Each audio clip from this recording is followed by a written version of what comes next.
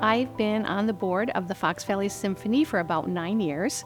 I work at Secura Insurance Company, and Secura is a big supporter of the Symphony, and it's always nice if a member of the company can also be on the board of directors. So that's worked out really well.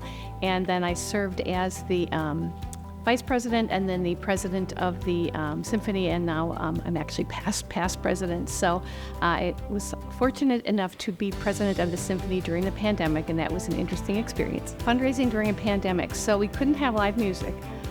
We were ready to have our spring concert in March, and the day of the concert, the morning of, the decision was made we couldn't risk that in the hall for our audience or our members. So we had to literally cancel a concert at the last minute, which was a financial challenge for us. But what we did from a fundraising point of view is to keep in touch with our donors, let them know we're still there.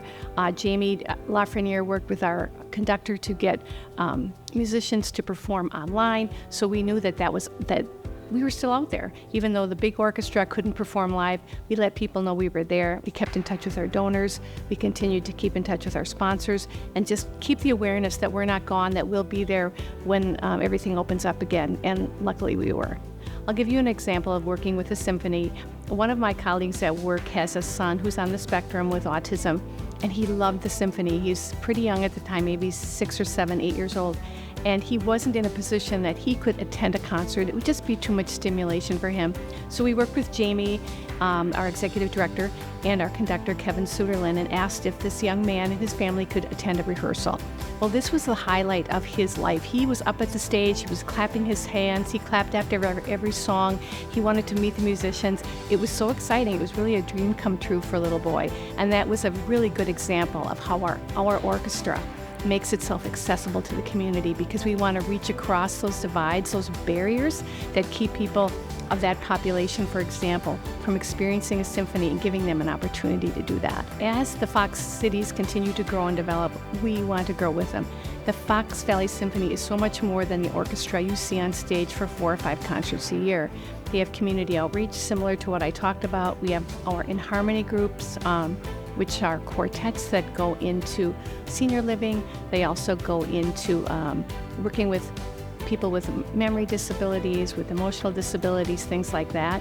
We have our Big Arts in the Little Apple, where our students create artwork to go with the pieces, and then they are displayed at the PAC during the concert.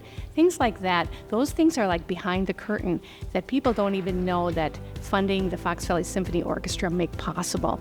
So it's exciting when I go out and talk to people. I talk to potential donors, I talk to friends, family, people in the community about this group. It's not just what you see out in front, it's what you see behind the curtain. And their commitment to bridging that gap between the orchestra and the community and making that accessible to everyone. I think you need to find what's your passion. It's really easy. You're not selling anything, you're just sharing your passion with someone. When you believe in it and you love it, it's easy to talk about it, it's easy to know a lot about the organization, and easy to share that excitement with others. So find what you're excited about and then join and serve. And trust me, there is an opportunity for everyone in this community to serve in an area that they have a passion for.